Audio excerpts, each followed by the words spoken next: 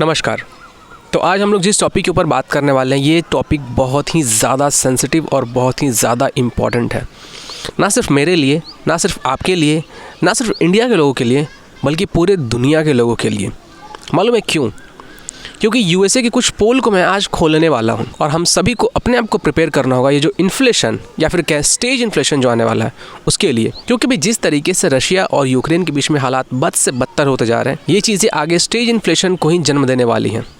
और इसमें कोई दो राय नहीं है कि अभी जो पेट्रोल का प्राइस आपको 100 रुपये या फिर 95 रुपये दिख रहा है वो 150 रुपये हो जाए, 180 रुपये हो जाए, कोई बड़ी बात नहीं है। और जब पेट्रोल के प्राइसेस 150 रुपये या 180 रुपये हो जाएंगे उसके बाद आप सोच भी नहीं सकते हो कि जो खाने पीने की पदार्थें हैं उनके प्राइसेस क्या हो जाएंगे, बाकी की जो कमोडिटीज़ हैं उनके प्राइसेस कितने ज़्यादा बढ़ जाएंगे। और हमारा देश इतना ज़्यादा डिस्टेबलाइज होने वाला है कि आप सोच भी नहीं सकते हो। आपने कभी कल्पना भी नहीं किया होगा कि महंगाई इतना ज़्यादा बढ़ने वाला है। और इन सब के पीछे सिर्फ और सिर्फ एक रीज़न है और वह यूएस है। तो फिलहाल यूक्रेन और रशिया के बीच में जो कॉन्फ्लिक्ट चल रहा है उसके कारण रशिया के ऊपर ढेर सारे सैंक्शंस लगाए गए और ये जो सैंक्शंस लगाए जा रहे हैं वो यूएसए जानबूझ कर रहा है। अगर यूएसए चाहता तो रशिया और यूक्रेन के बीच में जो लड़ाई चल रही है उसको ख़त्म कर सकता था, तुरंत ख़त्म कर सकता था, बट उसने ऐसा नहीं किया।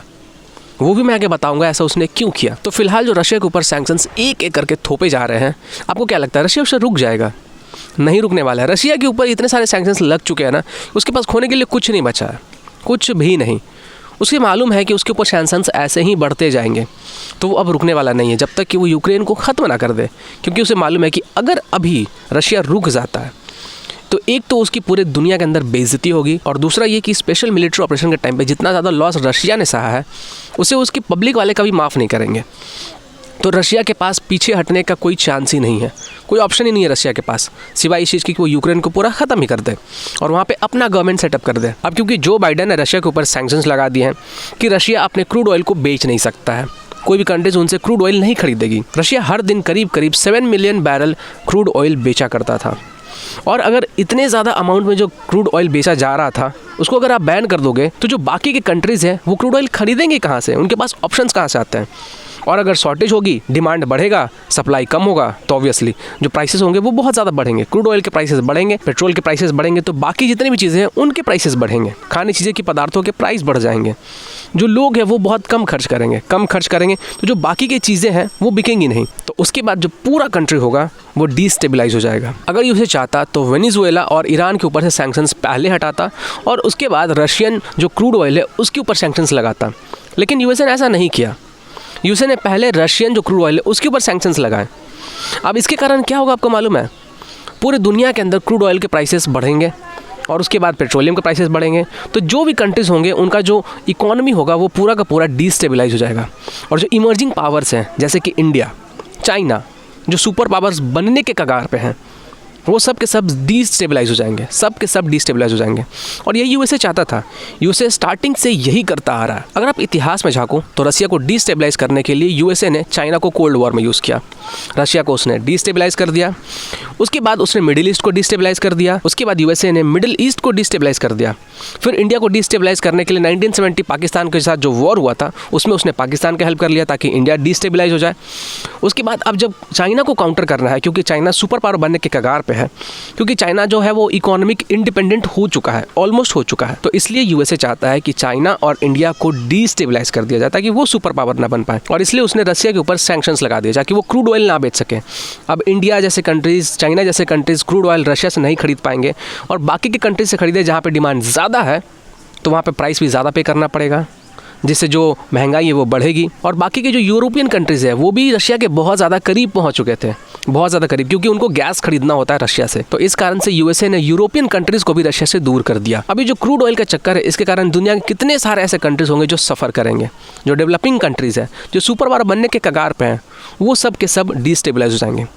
अब आपके मन में क्वेश्चन आ रहा होगा कि फिर यूएसए के ऊपर भी इम्पैक्ट पड़ना चाहिए, क्योंकि यूएसए के लोग भी तो वहीं से क्रूड ऑयल खरीदेंगे जहाँ से बाकी की कंट्रीज़ खरीदेंगे, क्योंकि उसने रशिया के ऊपर सैंक्शंस लगाए हुए हैं। तो यूएसए के पास इतना ज़्यादा पैसा है कि वो अपने लोगों के बीच में जो क्रूड ऑयल के प्राइसेस है उसको मैनेज कर सकता है। लेकिन जो बाकी के कंट्रीज़ हैं उनके पास इतना ज़्यादा अमाउंट में पैसा उपलब्ध नहीं है, कि वो इन सब चीज़ों को मैनेज कर ले। अभी जो रशिया इमर्ज हो रहा था सुपर पावर के तौर पे, उसको नेटो को यूज़ करके उसने भी डिस्टेबलाइज कर दिया। रशिया उधर उलझा हुआ है, तो अब सुपर पावर इकलौता कौन बच रहा है? यूएसए। यूएसए स्टार्टिंग से ही चाहता है कि बाकी के जितने भी कंट्रीज़ हैं वो सिर्फ और सिर्फ यूएसए को एज ए सुपर पावर देखे, एज ए लीडर देखे और सब लोग उसी की बात माने। और यही चीज़ें हो रही हैं। सब लोग सोच रहे हैं कि जो बाइडन है वो बहुत बड़े बड़े ब्लंडर्स कर रहे हैं। जो बाइडन ब्लंडर्स नहीं कर रहे हैं, वो उनकी कूटनीति है। वो यही तो चाहता है कि बाकी के सारे कंट्रीज डिस्टेबलाइज्ड रहें, बाकी की जितने भी कंट्रीज हैं वो गरीब ही रह जाए, सिर्फ और सिर्फ यूएसए अमीर हो, उनकी बात बाकी के कंट्रीज माने। अमेरिका शुरुआत से ही ना तो कभी किसी का सगा था, ना तो वो कभी किसी का सगा हो सकता है। वो सिर्फ और सिर्फ अपने बारे में सोचता है। यूएसए को मालूम था कि यूक्रेन अगर नेटो को ज्वाइन करने आएगा तो ये जो रशिया है वो उसके ऊपर अटैक करने आएगा और उसके बाद उनका ये जो पूरा प्लान है पूरा एग्जीक्यूट हो जाएगा और रशिया पीछे हटेगा नहीं। और यूएसए के पास एक दूसरा प्लान भी था कि अगर नेटो को यूक्रेन ज्वाइन कर लेता है तो उनके जो नेटो को फोर्सेस हैं वो रशिया के बॉर्डर तक पहुंच जाएंगे। उसके बाद वो रशिया को प्रेशर बनाएगा, रशिया पीछे नहीं हटेगा, फिर वॉर होगा और बाकी के सारे कंट्रीज़ को इसी तरीके से डिस्टेबलाइज कर दिया जाएगा। क्रूड ऑयल जो होगा उसके ऊपर सैंक्शंस लगा के और बाकी के सारे सैंक्शंस लगा के। अब देखो, अगर यूएसए सच में ऐसा नहीं चाहता कि पूरे के पूरे जो कंट्रीज़ है वो डिस्टेबलाइज हो, तो वो कभी भी यूक्रेन की हेल्प कर सकता था। लेकिन उसने कभी यूक्रेन की हेल्प की ही नहीं। वो सिर्फ बोलता गया, पीछे से पिन करता गया कि यूक्रेन तुम आगे बढ़ो, हम तुम्हारे साथ हैं। और वो कभी सामने आया ही नहीं। रशिया से वो कभी भिड़ा भी नहीं, क्योंकि उसे मालूम था कि अगर वो रशिया से भिड़ेगा तो यूएसए के भी बहुत सारे लॉसेस होंगे, यूएसए भी डिस्टेबलाइज हो जाएगा। तो इसलिए वो कभी सामने नहीं आया। उसने सिर्फ और सिर्फ यूक्रेन को आगे रखा और यूक्रेन के लोगों का छूतिया काटा। अगर पूरे दुनिया के अंदर कोई सबसे बड़ा बेवकूफ़ है तो वो है ज़ेलेंस्की। उससे बड़ा बेवकूफ़ मैंने आज तक नहीं देखा। ज़ेलेंस्की को जब ये मालूम था कि वो नेटो ज्वाइन करने जाएगा तो रशिया उसके ऊपर अटैक करेगा और रशिया कोई पीछे नहीं हटने वाला है, तो वो गया ही क्यों नेटो के पास? और जब चुपचाप से तुम शांति से रह रहे हो वहाँ पे, तो तुम्हें क्यों खुजली हो रही है कि तुम नेटो को ज्वाइन करो? अगर आप जो बाइडन और ट्रंप को कंपेयर करके देखो तो आपको पता चल जाएगा। जो ट्रंप थे वो जो ऑयल एक्सपोर्ट्स होता था, क्रूड ऑयल के एक्सपोर्ट्स को, उसको उन्होंने बढ़ाया था, वो उसको बढ़ा रहे थे। लेकिन जो बाइडन के आने के बाद से ही जो यूएसए क्रूड ऑयल के एक्सपोर्ट्स को बढ़ा रहा था उसको उन्होंने कम कर दिया, धीरे धीरे करके ख़त्म ही कर दिया। उन्होंने ऑलमोस्ट ख़त्म कर दिया।